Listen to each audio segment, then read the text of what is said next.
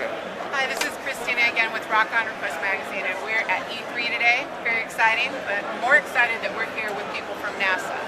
So it is actually. I'm not just saying. Good. I am here today with Bobak. Yes. Okay. Everyone knows you as the Mohawk Guy. We're just going to throw that out there. That happens. Yeah. Be done with that. But I'm more interested in learning more about you, not necessarily that experience all the time. Get there. But what else can you tell our listeners about your experience working for NASA? Everything that you've been able to do. I mean, it's been a dream of yours. It has. I mean, for years I've wanted to work at NASA. Really since about high school.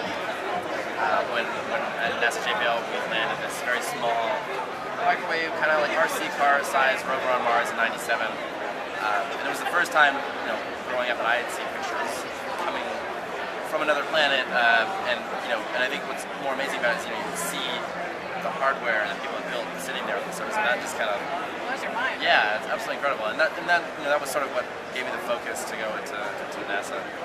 And I started in 2003 November when, on Curiosity, which at the time was concepts, and we're still negotiating what it's going to look like, what it's going to do, and so it's been really fun to see that process from really almost napkin drawings to here it is, like taking infancy science, and on the surface of the planet. No wonder. I mean, that moment, and I watched the moment. I was there. He was watching it, from the get-go, and it was such an exciting time for everybody. Very exciting. Off the charts. But this was such a long time coming for you, and you've now blown up into a huge celebrity. What about that? Don't blush. It's okay. It's okay. You have a fan base. Let's just say. But rightly so, because I think, for people like us, and I say like us because we're Rock on Request Magazine, we're music entertainment-based magazine. We talk to a lot of creative people, and I think people have a huge misconception of what a scientist might be like. So of course, everyone was focused on you. You were in the limelight. There you are. And you got the Mohawk Guy name from the president. I think he coined That it. was Right. And he was no stranger to that either. Because as soon as he saw you on the screen, he was like, "Here's a guy. He's a Mohawk, and he's so cool. And he's a scientist." And because it's always that debate of you can't be alternative at all and still be intelligent. Yeah. Obviously, you want that. Well, I actually would say that the whole team at NASA is that case. You don't really, if you look at that landing, you're going to rappel down on a jetpack. That's a kind of a crazy idea for a landing. Right. And I would argue that it actually takes a very creative sort of group of people to come up with those sort of things. I mean, these are, it's a challenging mission.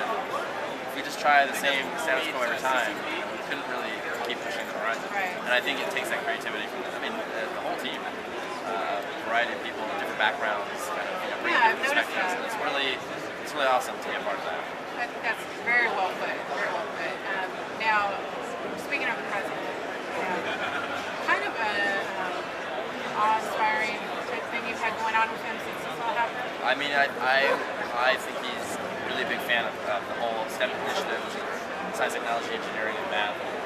And I'm a big advocate of that, so I think that's one of those areas that we really kind of see eye to eye on. And I love that he's been really promoting that.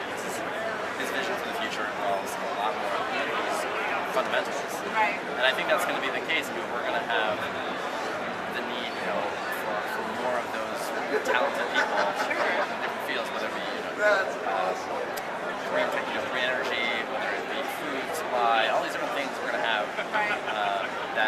Those kind of that skill set will really help us out. Sure. And now, isn't he also a proponent of bringing immigrants, and also who might also contribute to that? I think that's the case. Yeah. Yeah, which is great. And you were at the inauguration, second term.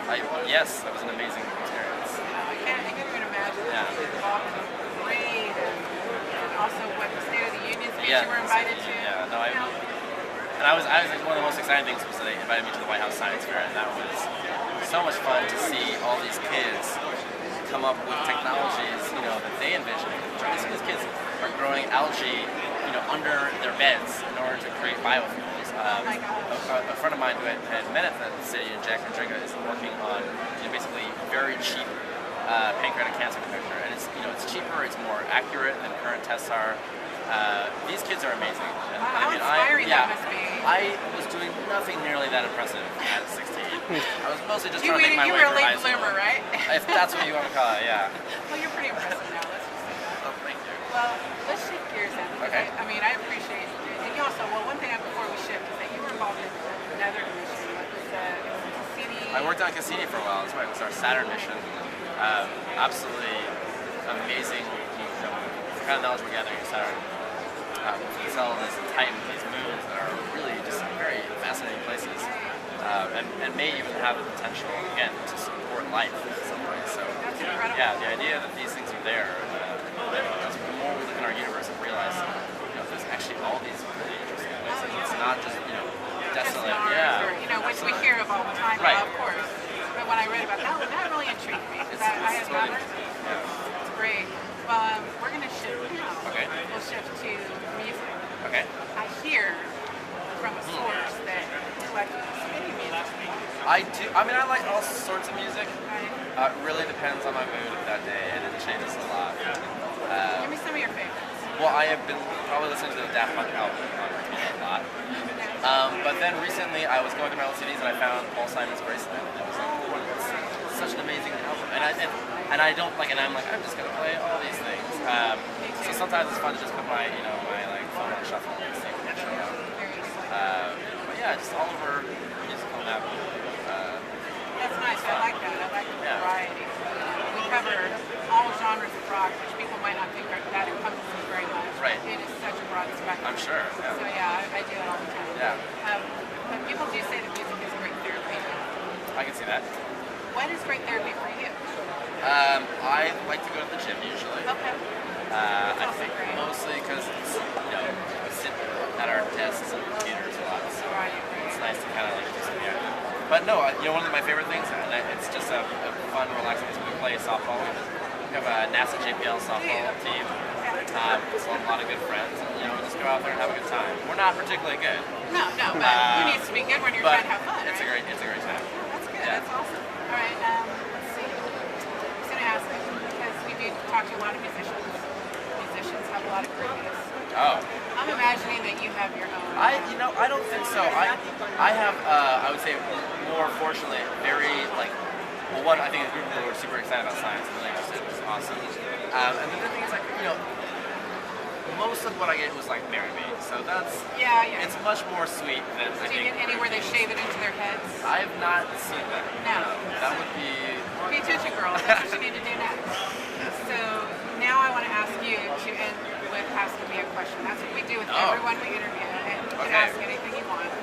No holds barred. We're not censored. Sure. Well, it's good. We'll do a musical question. Okay.